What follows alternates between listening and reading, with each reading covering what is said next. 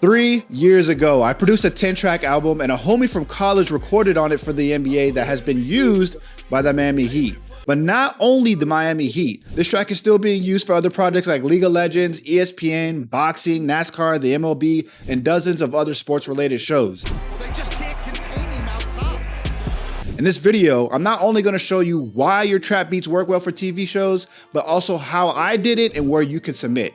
Understanding the context of your music is your biggest advantage for getting your music on TV. This is something we taught in the masterclass that we held a couple of months ago that helped a lot of our students starting to get accepted into music libraries, which is why we decided to do a one-time replay Saturday, June 3rd, if you want more info on how to get your music on TV. Sending your beats to a music library just because you think they're dope isn't enough. You got to understand how they're going to be used. Your music is the creative trigger to make their project entertaining. I knew 3 years ago when I was producing this track that the NBA was in the middle of a lockdown during COVID, but they were on the verge of making a return. So I intentionally made high energy trap beats with anthem elements. I also knew that these tracks didn't only have to be used for the NBA. So I had my artist homie keep the subject matter generic and not too specific. That way it can be used multiple times. Let's give you another example. If you make a Jersey Club type beat, they're not gonna fit for romantic scenes for TV shows because those tracks tend to be a little bit more up-tempo and energetic. But that same Jersey Club beat could fit for an NBA TV placement when they're showing a scorecard of Jimmy Butler's stats going into a commercial. Knowledge is how you take over the game for sync for your side hustle while still building your career as a musician. But how did I specifically get these tracks placed? I created a 10-track album for a music library. That music library was Universal Production Library.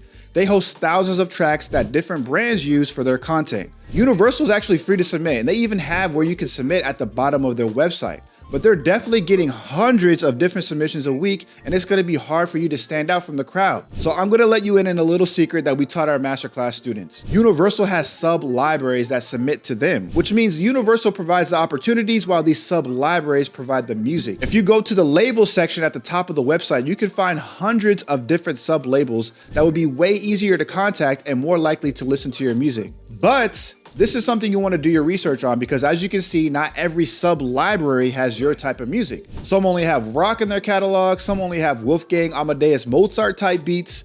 You want to come off as a professional music producer who isn't just spamming a link to these different libraries. This is how we're actually able to help some of these students get accepted. I personally used to work for a music library as someone who accepted and denied music. So if you sent our company just a random BeatStars link like you would send to a rapper, we put those tracks straight to our spam folder. Now, as I mentioned, you want to do your research on these sub-labels, so if you can't find them on Google, look on LinkedIn and Instagram. Lastly, your trap beats can't be repetitive. Loop-based tracks work well for artists, but if you're submitting your music for TV, you need to hide the mindset of your music being used for dialogue.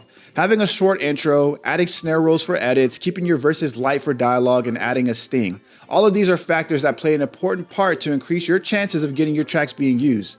Now, this music library is only one out of hundreds that you can submit to. So this isn't the only way that you can submit your music. And as we know, content is only growing. I've already helped 49 musicians get their first TV placement, and our goal at Heat is to help 1,000 musicians land their first sync placement. So if you're looking to create a strong stream of revenue while you're on the grind of your music career, I invite you to reserve your seat and join us Saturday, June 3rd for our replay for our free masterclass, where I break down how I use sync licensing to go full time and showing you ways to stand out in the industry that most producers are not really tapped into. If you found this video helpful, please feel free to like, comment, and subscribe. We drop videos every week for music producers, and your interaction helps us get closer to our goal of reaching 1,000 musicians landing their first sync placement.